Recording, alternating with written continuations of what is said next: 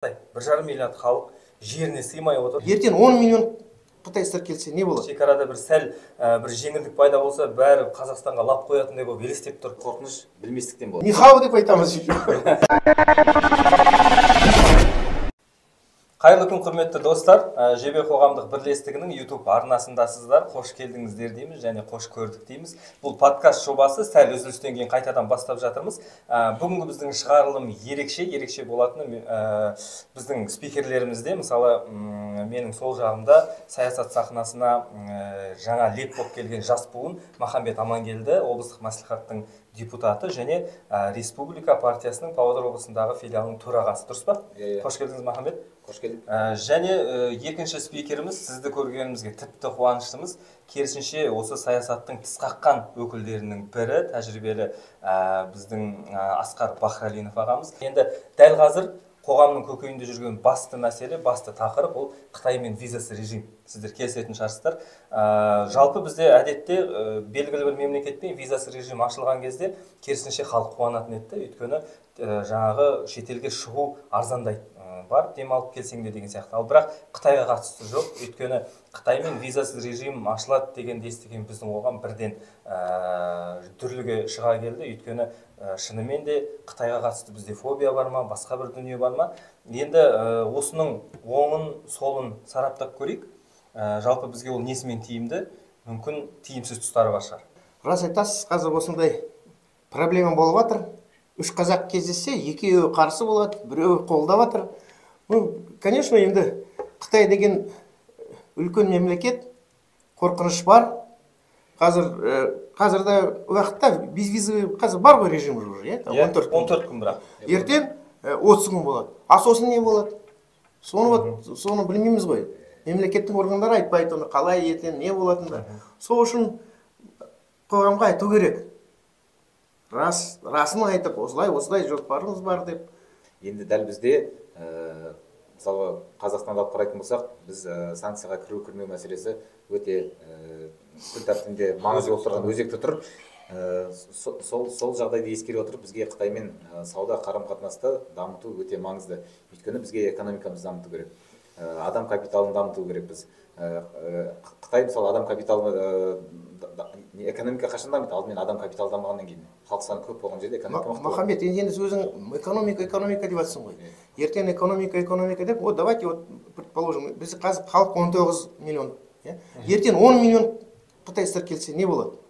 Енді 10 миллион қытайсыз 5 миллион келсе де. Сол үшін соны расымен біз былай ғой, мысалы, экономика дамып тұрады сол кезде бізде. Қытай бізде 1,5 миллиард халық, бізге былай елестейді, Қытай 1,5 миллиард халық жеріне сыймай отыр. Сосын бәрі бір аш сияқты көрінеді. Қазір шекарада бір сәл бір жеңілдік пайда болса, бәрі Қазақстанға лап қоятындай болып елестеп тұр. Халықтың қазіргі үрейі де соған байланысты. Мысалы, ағамыздың сөзінде де жаны бар сияқты. Мысалы, ертең 30 күн деп келіп билеп төстей алатындай жағдай бола ма? Бұл жерде былай ғой, мемлекетаралық келісім бір басқа, бірақ ішкі саясат бір басқа ғой. Шынымен Қытайдың, мысалы, кейбір Қытай кәсіпорындармен келісім жүргізіп, мысалы, бір бизнеске байланысты бір жұмыстар талқыласақ, оларда Қытайдан шығып кете салу, виза бар болсын, мейлі жоқ болсын, арнайы органдардың тексеруден өтеді. Бұрынғы уақытта осындай әңгіме болған. Мао Цзедун мен Сталин жаман болды біреуі. И неге десеңіз, ол Мао Цзедун 16-шы республика деп Совет үкіметке кірем деген. Соған Сталин жестко против болған. Неге десеңіз, ол қорқып қалды. Бар қытайстар СССР-ға кірсе не болады деп, сол үшін ол Қытайды 16-шы республика деп кіргізген жоқ. Мао Цзедун бастаған мемлекеттің жағдайы қандай, және Сталин бастаған мемлекет қайда қазір? Ну да, ол да дұрыс, конечно. Кірмеген жақсы болды дейсіз. Ну, кім біледі, это, может быть, вот соны қорқып жатырмын. Экономика деп, тәуелсіздікті. Жалпы қорқыныш сөзінен шығады, қорқыныш қайдан болады? Қорқыныш білместіктен болады. Біз кез келген жерді білмесек, біз содан табиғатымыз сонда, біз содан қорқамыз. Біз Қытайдан қорқу жалпы дұрыс, бірақ бұның қай тұстарынан қорқу керек біз? Қай жағын біз кіргізбеу керекпіз. Мысалы біз инвесторларды кіргізбеу керекпіз ба, жоқ біз инвестор керісінше керек қой. Енді қара, Қазақстанда осы күнге дейін келген мұнай компанияларында Қытайдың үлесі көп. Жалпы әлемдегі Қытайдың үлесі көп. Тарихқа қарасақ, енді Мао Цзедун мен Сталиннан одан ары жағын қарасақ, Ұлы жібек жолы бар.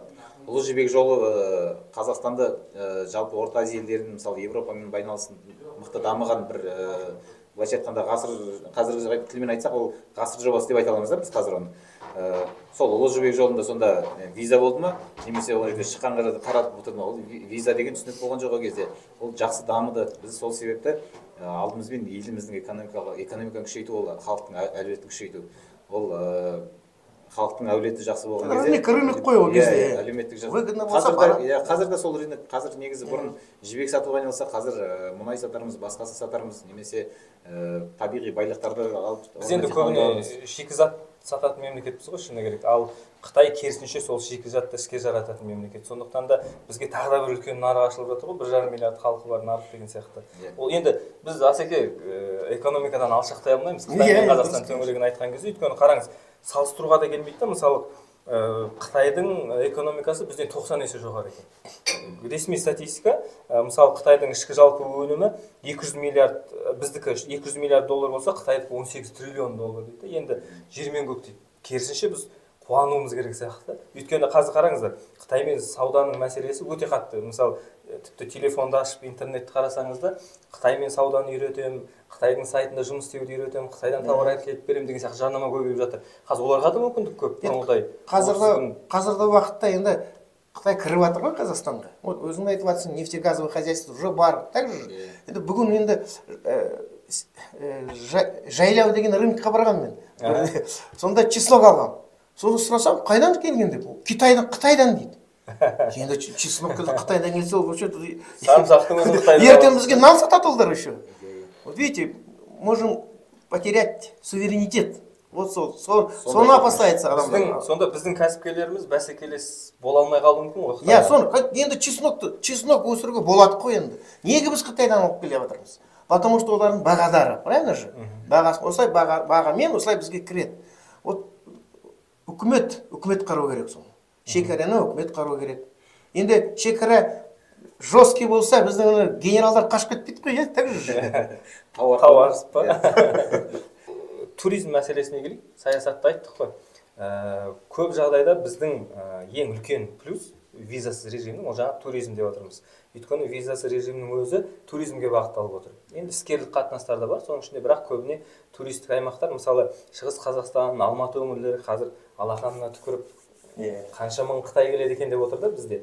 Енді пайдасын санап отыр олар. Пайдасын санап отыр. Жалпы туристік тұрғыдан бізге қаншалықты тиімді, өйткені туризм деген кезде енді шыны керек біздің өңірдің басқаны айтпай қойып, ахуалымыз өте төмен. Біз одан жалпы пайда көре аламыз ғой. Біздің өңірді қарасақ, конечно, сомнительно. Біздің Байнауымыз енді Жасыбай, Сабындыкөл, Шалдай, өзімізді туристерді условия беремейміз. Енді мен бұл жерде келіспеймін мына тұрғыдан. Егер біз көрші отырған Қытай мемлекетінен келетін туристерден пайда көрер болсақ, онда біз басқа мемлекетке, басқа туризм саласынан үміт үзуге болады да, дамуынан. Енді мысалы мен бүгін осында келе жатқан кезде бір досымыз ондай Қытайдан бір қытайлар келіп жетті. Бір жоба бойынша ізденіп келе жатыр да. Және олар бізге бір демалыс орны керек деп айтты, бір 2-3 күнге. Сосын мен сразу біз ойлай бастадым да, мен мүмкін Жасыбай шығар, жоқ, басталған жоқ, Бурабай бар ма? Белгілі демалыс орындары біз өзіміздің нені көрсетіп мақтан аламыз деген айтты. Сөйтсе олар жоқ, олар қандай тыныш жер керек дейді, адам жоқ жер керек дейді. Сөйтсе ол ақылдаса келіп, жаңағы Шалдайдың сондай Қарағайдың арасында тыныш үйлері бар екен, оларға сол қызық. Бірақ олардың бұл келе жатқан Қытайлардың жаңағы мысалы не Бурабайға, не Жасыбайға ақша жетпеген адамдар емес. Олар мүмкін 1,5 миллиард адам тұрғаннан кейін мүмкін олар тыныштық іздейтін шығар. Біз оларда тыныштық жоқ қой енді. Бар жерде адам жүр.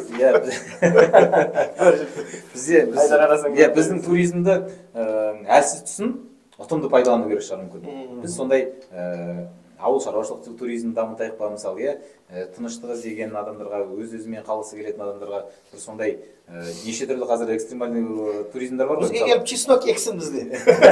Өзіміз чеснок Өзімізден алайық. Алтыны Қытайдан жіберіп. Сізге чесноктың несі қатты батқан ғой? Бүгін қатты. Өшіреді еще заман. Қазіргі уақытта Павлодарда бәріміз енді білеміз, бар екі двойное гражданство деген бар. Соны выявлять етпей ме енді? Если соны выявлять, а ертең Қытай келсе ше? Енді мына азаматтық мәселесіне келгенде жаңағы подкастқа дайындалып отырып біраз ақпарат ақтарамыз ғой. Сол кезде халықтың пікірін білгіміз келеді. Көпшілік әрине қарсы, бірақ бізде мынандай дүние бар. Біз эмоционалдық деңгейде ғана қарсы шығамыз да бұл мәселеге. Ой, Қытаймен визасыз режим ертең шекарамыз ашылады, Қытай лап қояды. Болды, басқа факт ештеңе жоқ. Біз тек қана эмоциямен ғана Қытай келмесін, болды, жерімізді бермейміз деген сияқты қағида ғой. Енді осының ішінде тағы бір мынандай дүние айтылып жатыр. Енді бұл жаңағы біздің мемлекетімізде ақпараттық саясаттың нашарлығы ма деп ойлаймын. Өйткені болды, біз Қытаймен визасыз режимді 30 күнге создық деді, бірақ не үшін созып жатырмыз, оның әсері қалай болады деген сияқты халыққа ешкім түсіндірмейді. Түсіндіру керек қой. Мемлекеттің бақылау керек, жесткий бақылау. Заң бойынша түгел болсын. А то ертең енді қазір осылай болмасын, ертең кездескенде ассалаумағалейкум айтпаймыз бірімізге. Нихау деп айтамыз. Солай амандасады ғой. Олай болмасын. Нет, ол пессимист емес. Просто бақылау ол үшін уже мемлекеттік органдар, депутаттар қарау керек. Бақылау керек. Қоғам бақылау керек. Түгел. Иә, біз нихау демесек те қазір здравствуйте деп жүрген. Ол да бар. Ассалаумағалейкум түсінбейтіндер де бар. Сол себепті біз қауіптің қайдан екенін білмейміз. Бізге ұлттық буржуазияны дамыту керек, ұлтымызды біріктіру керек. Бізге ескертулер келіп жатыр. Жаңағы ресми түрде санкцияға кіруіміз мүмкін деген сияқты. Иә, мысалы, сыртқы саясатымызда біраз өзгерістер енгізіп жатыр. Егер ондай жағдай бола қалғанда, біз өзіміз ештеңе шығармаймыз. Бізге өкінішке орай біз енді анау коньяк шығарды Қазақстан, шоколад шығарды Қазақстан, сонымен тағы біраз нәрселер бар, бірақ бізде дамымаған, біз ештеңе шығармаймыз, бірақ біз күнделікті нәрселермен қолданамыз. Бізге соның барлығы кіретін жер, екінші есік, бұл өзіміздің үйдің қасындағы бір үлкен базар сияқты болу керек. Сол базармен шекарамыз мықты, өзіміздің ұстанымымыз бар, бірақ біз оған еркін кіріп, сауда істеп, саудамен айналысу керекпіз. Менің ойым осындай. Пайда көретін жол. Көптеген елдер сонымен шекаралас болмақты бар, жаңағы сонымен қарым-қатынасын Махамбет, дұрыс айтып жатсың, ол экономика ғой, тоже экономика болғанда, ол визаға, без визаға қандай қатынас жоқ қой. А қазіргі уақытта, вот қазір даже интернетте, қазір опять граница жабық. Опять бизнес тұр. Бара алмаймыз. Лучше соны нәрсе шешуге. Бизнес туда-сюда жүрсін. Никакой, чтобы препятствий болмасын қазір. А турист ол как-нибудь болады. 14 күн жетеді бізге турист болу. Бизнес, да. Шынымен де мемлекет кей жағдайда көп дүниені ашып айта алмауы мүмкін, мемлекеттік мекемелер. Сондықтан бұл ретте біздің өзіміздің қоғамның ішкі танымы, азаматтық түйсігі, саяси сауаттылығы жоғары болу керек шығар. Өйткені көп дүниені мемлекетке сілтей бермей, мысалы осы шетел мәселесінде де, жаңа Қытай мәселесінде де біз өзіміз де қоғам болып бақылауға үйренуіміз қажет шығар. Осындай бір оймен қорыталамыз ғой.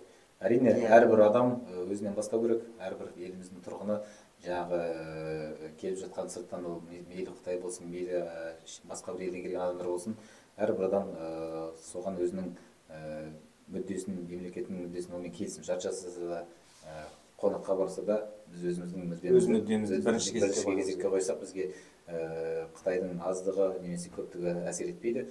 Жалпы ең көп мемлекет Қытай деген психология уже ауысып қалып жатыр, өйткені официально ресми түрде Индия Қытайды басып озды. Халық саны бойынша. Әйтеуір Үндістанмен шекарамыз, ортақ шекарамыз жоқ соған болады.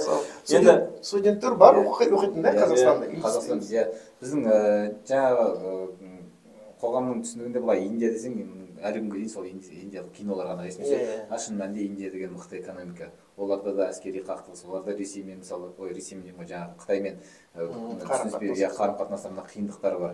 Біз Қытай десе бір көп адамдарды елестетеміз, біз басқа кететін, Индия десе билеп жүрген, соны біз сондай деңгейдеміз. Бізге сол үшін даму керек, бізге білу керек, үйрену керек, зерттеу керек. Рахмет, уақыт бөліп келгендеріңізге. Құрметті достар, ойланайық, бізге шынымен де Қытай қауіпті ма? Жоқ, біздің солтүстік көршіміздегі мобилизацияның екінші толқыны қауіпті ма? Келесіде жүздесеміз.